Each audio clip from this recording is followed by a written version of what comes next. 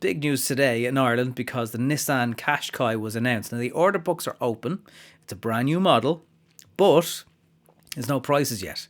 Now, the Qashqai generally is about the mid 20s. Is it going to jump massively from that, or will they leave it in that kind of space? My guess is they will, but there is some new technology available with the Qashqai, and I do wonder, will certain models get just a bit more expensive? Like, it's not fully electric, but they are going with kind of a mild hybrid vibe, and the idea being that it will be able to drive the wheels of the car with an electric motor without petrol, but it's for people who want the greenness of battery. They don't want the range or the charging problem to be part of the daily thing, although it's not a daily thing.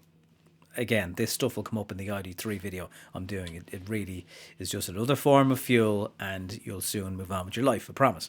Anyway, so more details about the Qashqai that we know. They're doing a Premier Edition model, which all the brands are now doing. Hey, get the model first and we'll give you all these extras. That is the future for the moment anyway. The wheelbase is longer, the length of the car is longer. That means there's more interior space.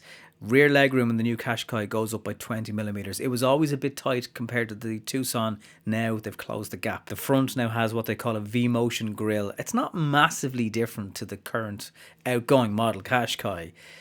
The grille has got more, what do they call it?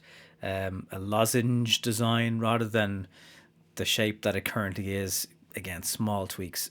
I'd nearly say at the front of the car, particularly the grille, you'd look at it and think it's just a mild facelift. Not going to be standard, but massage seats and functions are available. There's leather with crisscross and quilted patterns. It looks very good. Not going to be in a standard car. Interestingly, there's going to be up to an all-wheel drive version.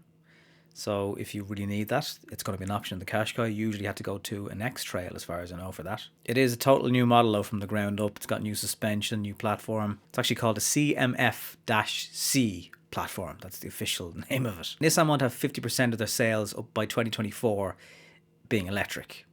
Now, sometimes that means full electric, sometimes it means mild hybrid or plug-in hybrid. They don't actually have to be full electric. The engine, though, the standard engine will be 1.3 petrol. There's 138 brake horsepower version of that, and an almost 160 brake horsepower version, which is the mild hybrid version. There's a lithium-ion battery, a small one, in the car that will assist with stop-start, a little bit of torque assistance, so it should feel nippier.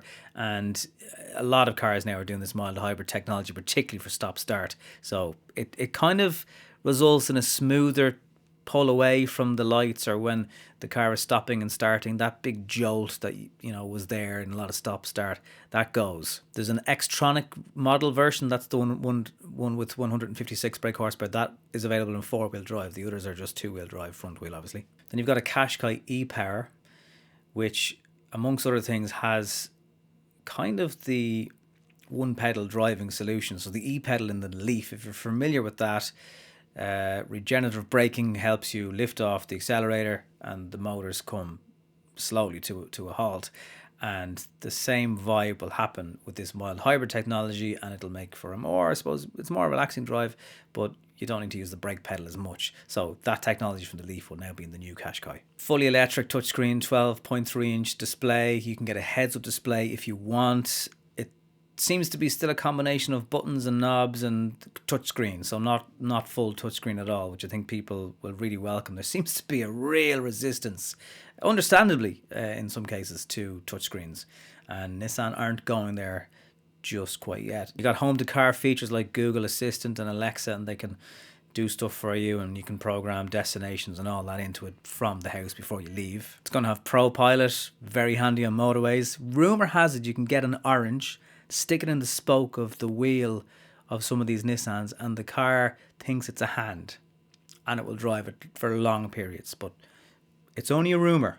Don't try it at home. If you go for one of these Premier first models, you'll get heads-up displays, wireless charging. You're able to get an electric boot release now in the Qashqai. It has a divider in the boot, so it always had a floor that was dropped that's 20 millimeters lower, and the parcel shelf now can stay vertical, which means you can divide your boot for whatever reason you'd want to do that for. You get USB and USB-C charging ports in the armrest, and there are charging ports in the back of the car.